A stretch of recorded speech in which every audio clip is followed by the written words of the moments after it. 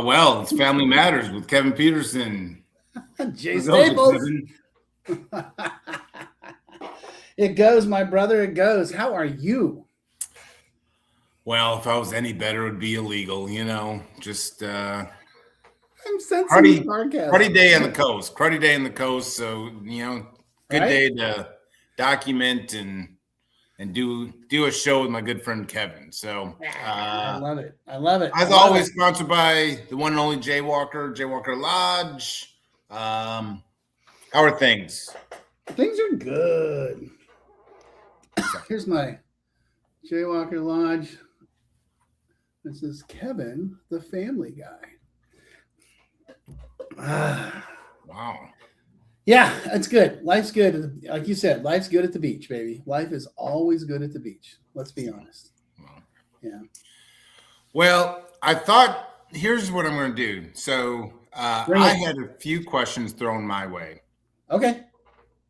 And I don't necessarily think that I answered them all well. Thankfully, I was on some of an online panel, but so it wasn't just all on me because I think they probably would have laughed at me. But let me ask you this. So, yeah, fire. What would you say is the biggest lie families tell themselves in the name of love? I know exactly. I know the answer. Pick me. I'm interested because I think I know. Go ahead.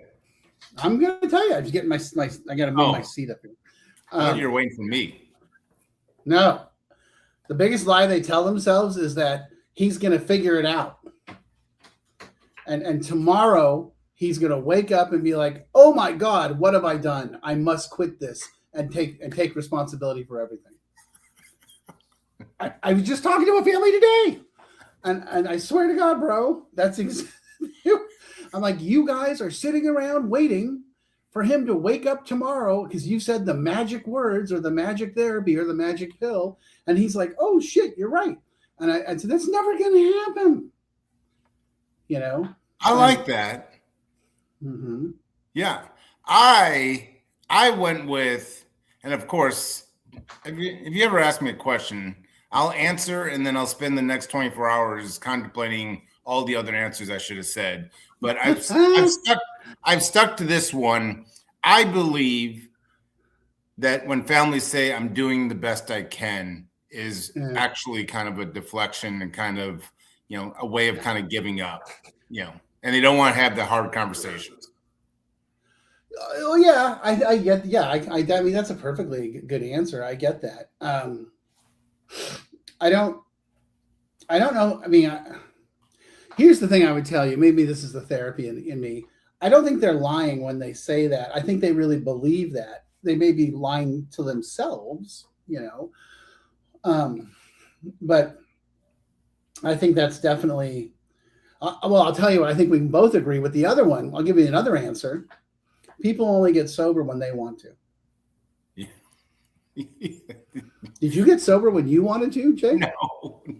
I still don't want to. Exactly. Hell no.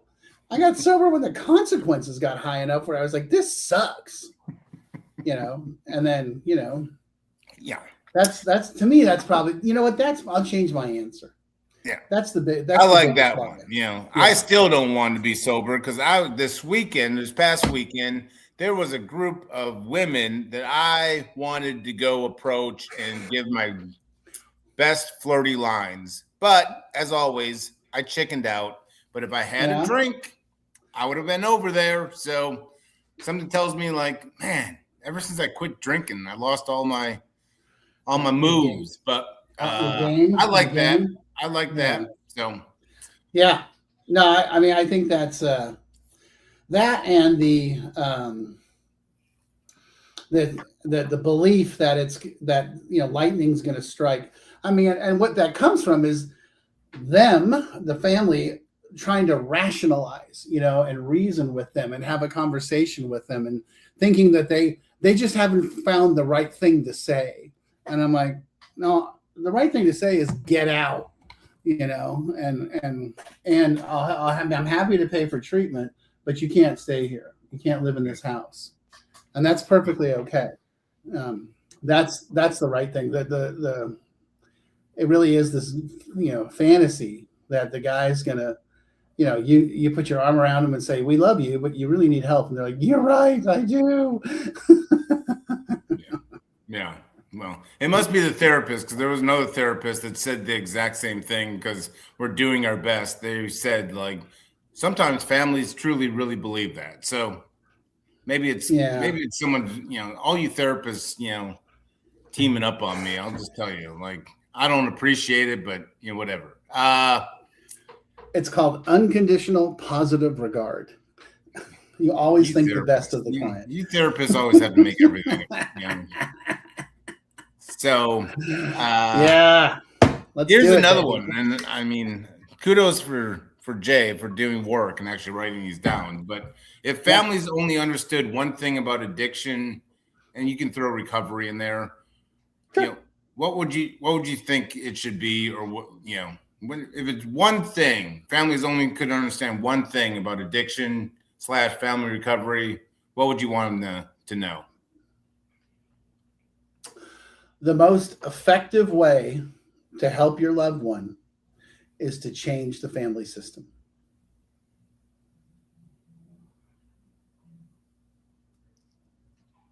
It's what I preach 24/7, my brother. I mean, there's no ifs, ands, or buts about it. If you want to impact change in somebody's life, change the family system and because they will want to be part of the family. So if you stop accepting their behavior, they will start paying attention. It reminds me of kind of like the step one of like families. Like, I think anyone going through recovery, the individual, if you don't understand step one, there's really in my opinion, no need to keep going. But I think step one is that one that you really truly need to embrace. I think families, in a sense, are powerless over their loved ones' choices, and they still think they have control over choices and decisions. And I think if they believe that, there's really no changing. If they still think that they can control their loved ones' actions or behaviors or consequences, there's really not much hope for them, in my opinion. Nope.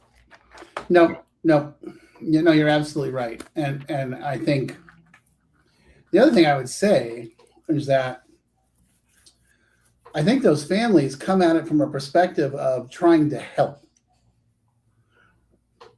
And they don't come at it from a perspective of, get out of the way, I'm taking charge. I mean, they do, but the reason behind that is because they're like, I don't want you to die and I want to help you. The problem is that doesn't work, and I get it. I completely get it. I mean, they're scared to death. And so, they're going to try the old grip harder, Yeah. And I'm like, I did a presentation this morning and I said, one of the things you have to understand is that you cannot punish someone into good behavior. Our penal system proves that on a daily basis. You just can't. What you can do is offer them an opportunity and then hold them accountable. Yeah. And you're like, well, you can choose this or you can choose that. It is totally up to you. This comes with my support. That comes without it. It's your choice, not mine. Well, I mean, all I could think of is like, what do you think? What are some of the I'll just put it on as a question instead of my statement. What do you think are some of the bad advice, kind of the online gurus or whatever? I mean, like, I think this is family recovery is in general just, the urge is always to lean in, and the best thing is to lean out. So it goes against all urges within, loved ones' bodies. But then there's so much information being out there that complicates it even more. I can think of a few. What would you think are the bad advice out there? Well, we were talking about that this morning too. I have a bug in all your offices, so I know exactly what you're talking about. So yeah, this was a presentation I did for 2 school teachers up in Idaho, that we're doing, like for parents and teachers about how to deal with substance abuse, young kids. What was the question? Bad advice. Oh yeah, right. Anything kind of out there? Oh, there's tons. This is what I'll sum it up. They're an addict because of fill in the blank. Because you got divorced, because dad abandoned them, because mom was crazy, because we moved, because we didn't move, because. It's all hooey. They're an addict because they're genetically predisposed to being an addict, or they started doing something that's just insanely addictive that anybody can become addicted to. If I give you heroin for a month, you're going to be addicted to heroin because it becomes part of your body chemistry. So they get that bad advice from people that don't know what they're talking about when it comes to addiction. And a lot of times it's centered around trauma. Okay. And it's this narrative that if, they had so much trauma and that's why they're an addict and alcoholic, because they were self-medicating.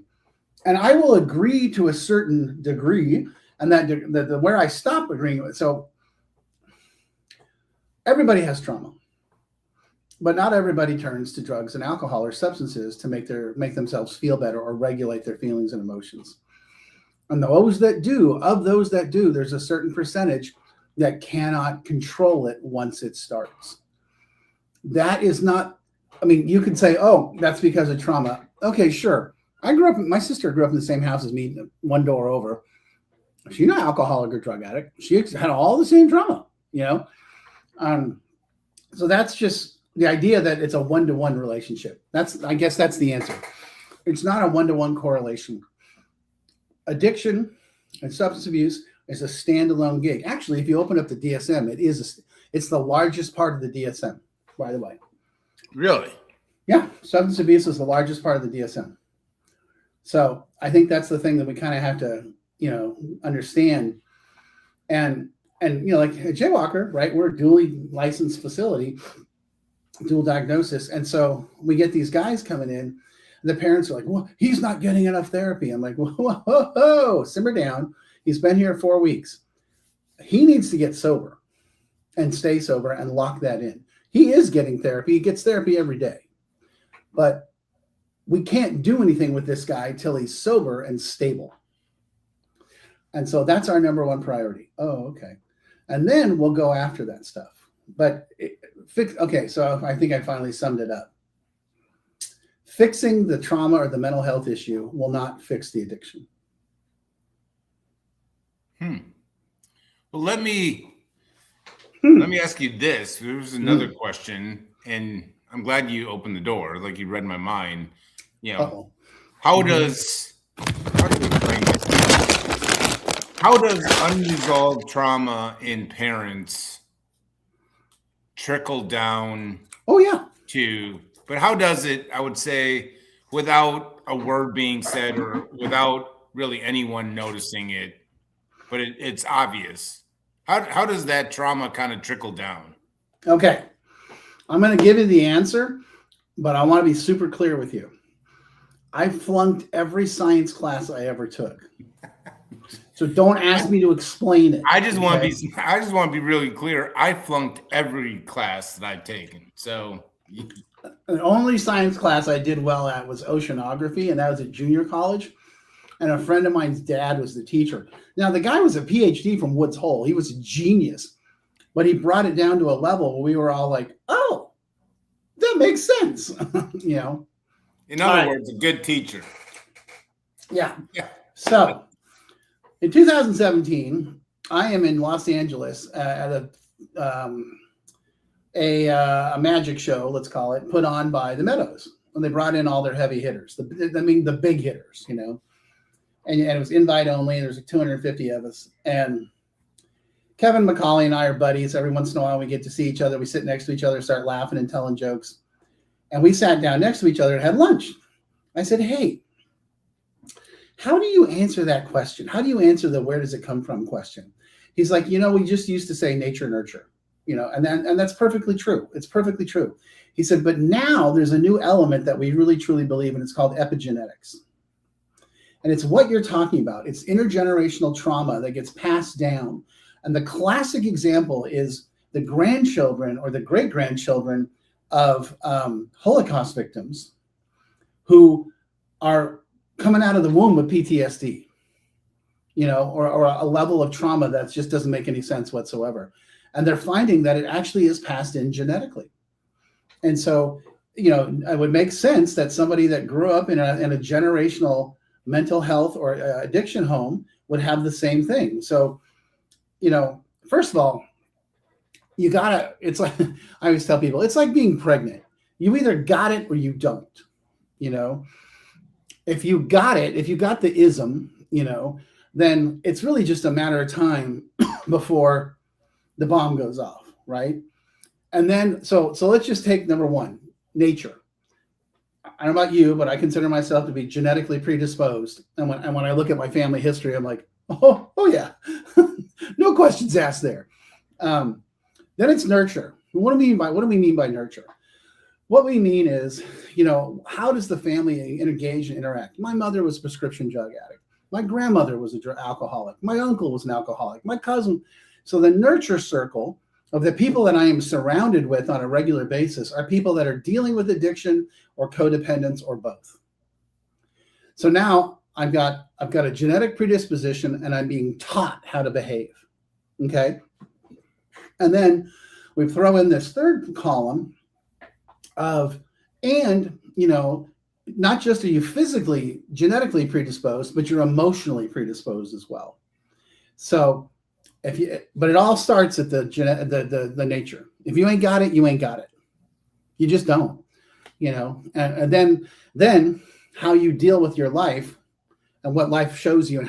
So that's the double down, right? And then the triple down, the trifecta is, the family generational stuff.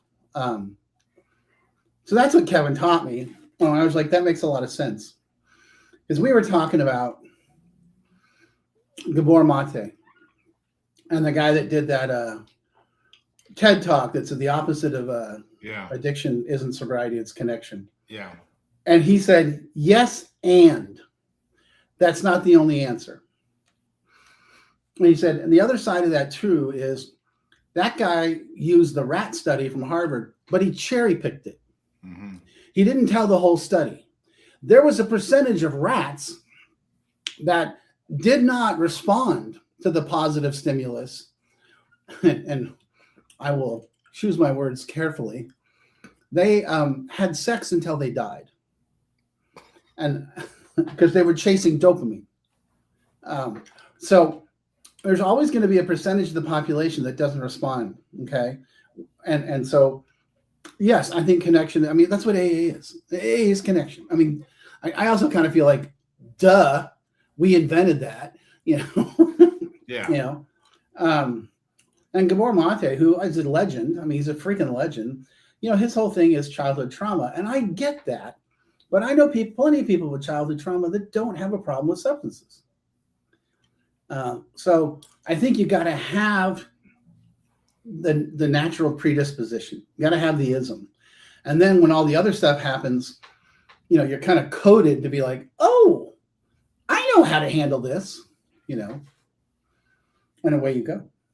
It's just reminded of like how I was grew up, or just common, like, I'll just say a man or whatever it may be. Like, sure, you're supposed to handle it by yourself. You can make changes by yourself. And I think what hearing you talk, there's so many things that are under my skin or under my, my skull that have been just ingrained in me that you really can't do it all by yourself. Like, self-development is one thing, but like, get up, not, kick the dirt off, strap up your boot straps or whatever it is. Like, that God, like you need people, you need to continue looking at this because trauma will seep in through your nostrils when you sleep. Like you won't even know. No, No, man, I'm telling you, you're absolutely right. I mean, it's amazing.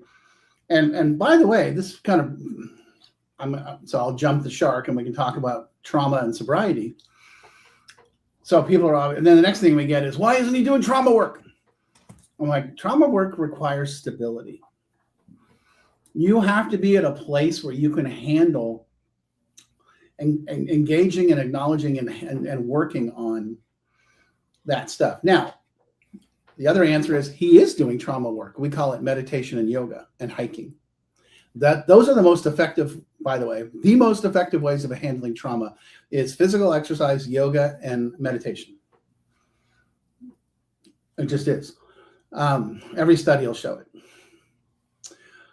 If we get somebody sober, if we bring them to Jaywalker or anywhere else, then they do 30, 60, 90,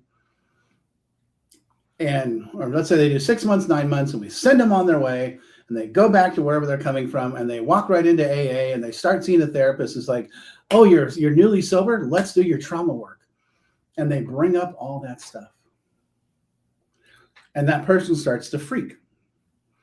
Because now they're not where they were with all their homies, with all their safe people in their community, and they're walking around kind of like a time bomb going off inside.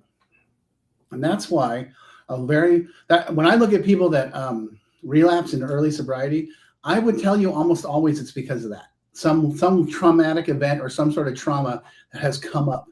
And you have to be at a place where you can get some stability in your life and deal with it. Of course, then the next question is, well, how long does that take? I'm like, everybody's different. Everybody's different. But, you're going to deal with it, right? I mean, I always tell people, happy families come from happy individuals. Happy individuals work on their shit. Everybody has shit. And of course, we're going to talk about your childhood. Of course we are. What else are we going to talk about? That's where all your stuff comes from. So the shirts are coming soon. So, I know we got to do something about that.